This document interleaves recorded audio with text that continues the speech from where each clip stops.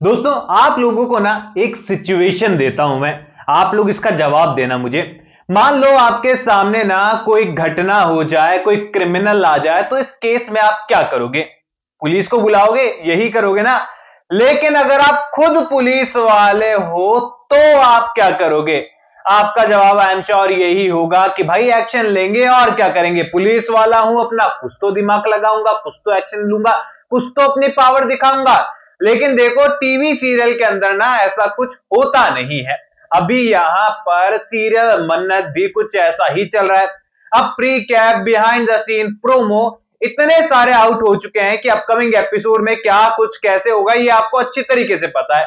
लेकिन इसके बावजूद कई एडिशनल ट्विस्ट हमें यहां देखने को मिल रहा है। कहानी में काफी कुछ नया भी देखने को मिल रहा है। एंड कुछ मोमेंट ऐसे हैं जो कि आपको थोड़ा सा हंसाएंगे, लेकिन फिर आप कहेंगे कि यार, अब ऐसा लग रहा है कि हम खुद जो है इन सब चीजों के साथ ना इतने कंफर्टेबल हो चुके हैं कि अब कहानी में लॉजिक हो या ना हो, हम झेल लेते हैं। अब वहीं पर जो है सेम प्रोडक्शन से हमें एक और सीरियल देखने को मिल रहा है कलर्स पर, जिसका नाम है डॉक्टर आरंभी। अब इस सीरियल के अंदर भी ना लॉजिक कुछ ऐसा ही दिखाया गया है। अब हम लोग एक्सपेक्टेशन लगाते हैं टीवी सीरियल से कि लॉजिक देखने को मिलेगा, लेकिन जब मन्नत जैसे हिट सीरियल के अंदर लॉजिक खो दिया तो वो तो नया नया सीरियल है। अब वहां पर दिखाया गया है कि आरंभी डॉक्टर बनना चाहती थी, लेकिन टंडन ने डॉक्टर नहीं बनने दिया क्योंकि वो नंबर 1 डॉक्टर बन जाती।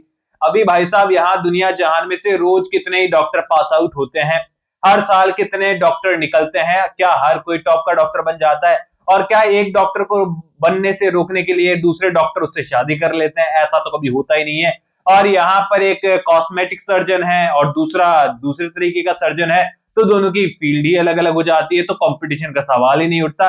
लेकिन फिर भी सीरियल में जो है कहीं ना कहीं उन्होंने कहानी को घुमा फिरा कर चिपका दिया हम लोगों के लिए। वेल, कहानी इंटरेस्टिंग है, वहां पर कैरेक्टर्स भी अभी तो दमदार नजर आ रहे हैं, विलन भी दमदार है क्योंकि हीरो ही विलन है और नया हीरो भी आने वाला है।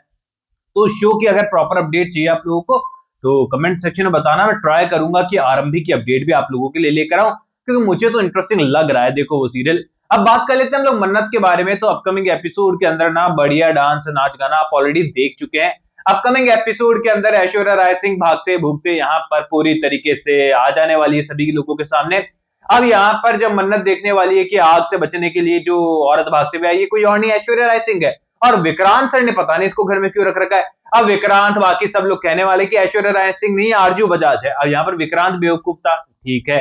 याशिका जो है पूरी तरीके से उसको पहले नहीं जानती थी, इसलिए वो नहीं समझ पाई। मलिका की माँ है तो मलिका क्यों फंसाएगी, और जो विशाखा है उसकी तो दोस्त है, उसकी तो क्राइम पार्टनर है, तो वो भी क्यों बताएगी। लेकिन दुनिया जहान की मीडिया वाले पागल हैं, दुनिया जहान के बाकी के बिजनेसमैन पागल है जिन्होंने कभी ऐश्वर्या राय सिंह के साथ बिजनेस किया था। सारे लोग पागल है, अकेली समझदार मन्नत ही है जो उसे पहचान कर अब उससे बदला लेना चाह रही है, उसका पर्दाफाश करना चाह रही है। जब मन्नत की यहाँ पर कोई नहीं सुनने वाला तो बाहर से धैर्य भाई साहब अंदर आ ही चुके हैं कि हुआ क्या है। अब धैर्य को कहने वाली कि देखो ऐश्वर्या राय सिंह सामने खड़ी और ये लोग मानने को तैयार नहीं, बोल रहे हैं आरजू बजा देते, आइडेंटिटी चेंज कर आई है और सबको छलावा दे रही है। अब यहाँ पर मन्नत बहुत कमाल का सीन हमें दिखाते हुए नजर आएगी, क्योंकि मन्नत के लात घूसे मार पीट सब चलने वाला है। और मन्नत यहाँ पर एकदम झपट पड़ेगी ऐश्वर्या राय सिंह के ऊपर कि आज तो बस इसे खत्म कर रहूंगी, इसको तो मैं जिंदा नहीं छोड़ूंगी वगैरह वगैरह। अब यहाँ पर सारी चीजें होने वाली है और धैर्य कहने वाला है कि रुक जाओ और हमें देखने तो क्या हुआ है। विक्रांत जो है देखता रहेगा तमाशा हमेशा की तरह। कि विशाखा आकर रोकने वाली है कि हमारी गेस्ट को ऐसे नहीं मार सकते, मलिका आकर रोकने वाली कि हमारे गेस्ट के साथ ऐसा बर्ताव नहीं कर सकते हैं। यहाँ पर धैर्य कहने वाला है कि इन्वेस्टिगेशन करूंगा, मैं पुलिस वाला हूं, पुलिस को बुलाऊं। अभी अरे भाई तू खुद पुलिस वाला है, क्यों बुलाना है किसी को, खुद ही कर ले जो करना है। हालांकि उसका ट्रांसफर यहाँ हो चुका है इंदौर में, पर इसके बावजूद अब यहां पर आया है तो कुछ तो कर ही सकता है। नॉर्मल इंसानों से तो ज्यादा वो जानता है क्योंकि डीसीपी है। लेकिन यहां पर वो भी सिर्फ धमकी देकर रह जाएगा कि पुलिस को बुलाऊंगा, ये बुलाऊंगा।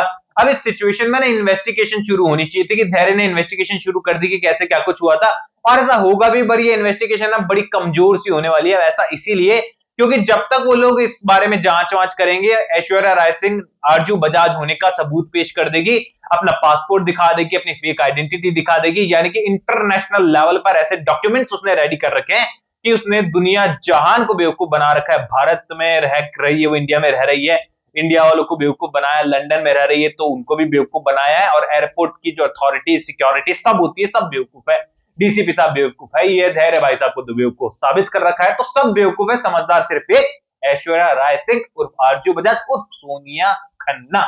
ऐसे में यहां पर मन्नत को ही जिम्मेदारी उठानी होगी कि धैर्य पुलिस वाला होकर कुछ नहीं कर पाया, कुछ साबित नहीं कर पाया, नकली आईडी उनके पास है, लेकिन अब केटरिंग का काम लेकर मैं ये साबित करूंगी और प्रूफ इकट्ठा करूंगी कि आरजू बजाज ही ऐश्वर्या राय सिंह है। यहां से होने वाली है नई कहानी की शुरुआत।